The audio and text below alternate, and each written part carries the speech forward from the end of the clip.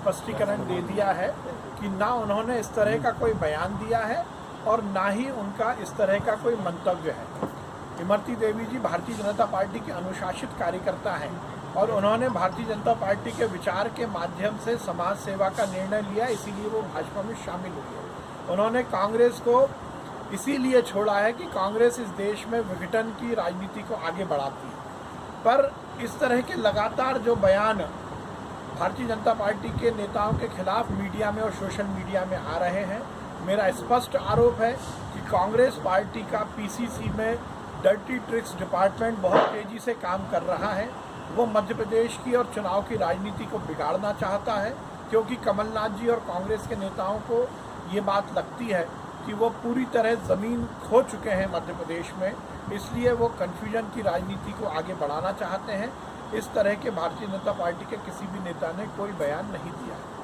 बंद हो गया, कमलनाथ जी ने उन्हें घर में बिठा दिया, क्योंकि कमलनाथ जी को लगता है कि जो रिमोट दिग्विजय सिंह जी को कमलनाथ जी ने पकड़ाया था, उसी रिमोट से उन्होंने कांग्रेस की सरकार को पूरी तरह से बदनाम भी किया और उसकी ये स्थिति बना दी।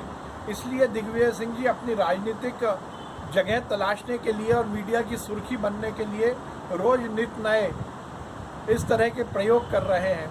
सही मायने में जिस व्यक्ति की पार्टी में ही कोई इज्जत ना बची हो, वो कहीं भी जाए उससे बहुत फ़र्क नहीं पड़ता।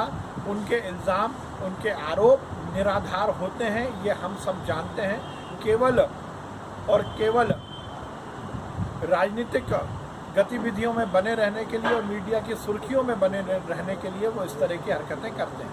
कांग्रेस ने पार्टी लगातार कन्फ्यूजन की राजनीति करती है, कमलनाथ जी कन्फ्यूजन की राजनीति करते हैं। मैंने एक हफ्ते पहले भी मीडिया के समक्ष ये बात कही थी कि जिस कृषि सुधार कानून का ये विरोध कर रहे हैं, उसकी एडवाइजरी की जो मुख्यमंत्रियों की समिति थी, उसके स्वयं सदस्य थे कमलनाथ जी, और उस समय कमलनाथ जी ने इसका समर्थन किया था।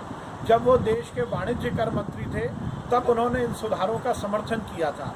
आज केवल चुनावी माहौल को बिगाड़ने के लिए वो इस तरह की बातें कर रहे हैं, पर ये बात सच है कि कांग्रेस सरकार में आने भी नहीं वाली, तो इस तरह के किसी भी प्रश्न का कोई उत्तर देने का औचित्य नहीं है। मध्य प्रदेश में कोरोना के मामले गद्दार तो वो हैं जिस खानदान ने इस देश की अस्मिता को तार-तार किया और कश्मीर का मुद्दा यूएन में ले जाकर कश्मीर को विवादित किया। गद्दार तो वो हैं जिन्होंने बोफोर्स कांड किया। गद्दार तो वो हैं जिन्होंने आपातकाल लगाया। गद्दार तो वो हैं जिन्होंने नेशनल हेराल्ड का घोटाला किया। गद्दार तो वो हैं जिन्होंने आतंकवादियों को संरक्षण देने की बात की।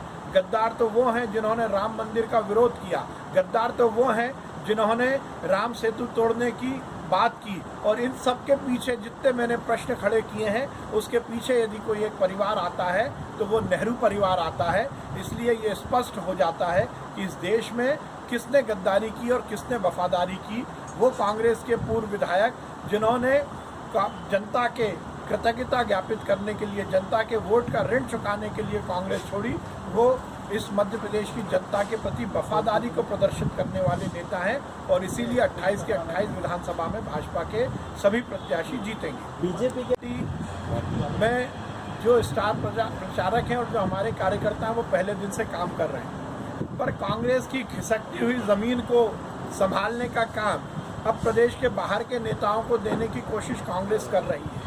और इससे ये स्पष्ट होता है कि मध्य प्रदेश में शिवराज सिंह चौहान जी, नरेंद्र सिंह तोमर जी, ज्योतिरादित्य सिंधिया जी, बीडी शर्मा जी जैसे, उमा भारती जी जैसे नेताओं के कद का कोई नेता कांग्रेस पार्टी के पास नहीं है।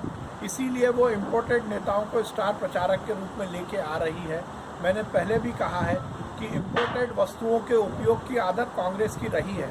जब उन्होंने अपना अध्यक्ष ही इम्पोर्टेड बनाया है, तो वो स्टार प्रचारक भी मध्य प्रदेश में इम्पोर्टेड ही बनाएंगे।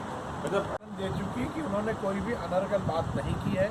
फिर मैं स्पष्टीकरण देना चाहता हूं कि कांग्रेस के पीसीसी कार्यालय में डर्टी ट्रिक्स डिपार्टमेंट इस तरह की र्यूमर, इस तरह की अफवाहें फैला रहा है। मैं तो मीडिया के मित्रों से ये अनुरोध करूंगा कि आप औचक निरीक्षण करिए कांग्रेस कार्यालय का, और वहां जाकर आपको कांग्रेस कार्यालय के दूसरी मंजिल पर डर्टी ट्रिक्स डिपार्टमेंट चल रहा है और उसमें वो भारतीय जनता पार्टी के प्रत्याशियों का, भारतीय जनता पार्टी के नेताओं के वीडियो को फैब्रिकेट कर रहा है, एडिटेट कर रहे हैं और मध्य प्रदेश की राजनीतिक माहौल को बिगाड़ रहे हैं। दिग्विजय सिंह 15 महीने वो मुख्यमंत्री रहे तो हमने मध्य प्रदेश का हाल देख लिया।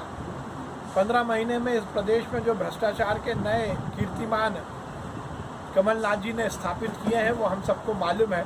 अब कमलनाथ जी पूरी जिंदगी कभी भी मध्य प्रदेश के मुख्यमंत्री नहीं बन सकते हैं कि जो भी नियम और कायदे हैं भारतीय जनता पार्टी उसका पूरा पालन करती है। चुनाव आयोग ने जो निर्देश दिए हम उसका भी पालन करते हैं, पर इस देश के संविधान में जो हमें अधिकार दिए गए हैं उन अधिकारों के तहत हमें अपनी बात कहने का जहाँ जहाँ फोरम है वहाँ पर बात कर रहे हैं। इसीलिए भारतीय जनता पार्टी कोई ऊपर भी निर्णय लिया है कि ऊपर तक जाएगी।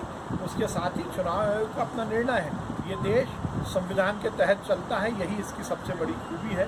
सभी नागरिकों को, सभी संस्थाओं को अधिकार दिए गए हैं और उसका पालन हम भी कर रहे हैं।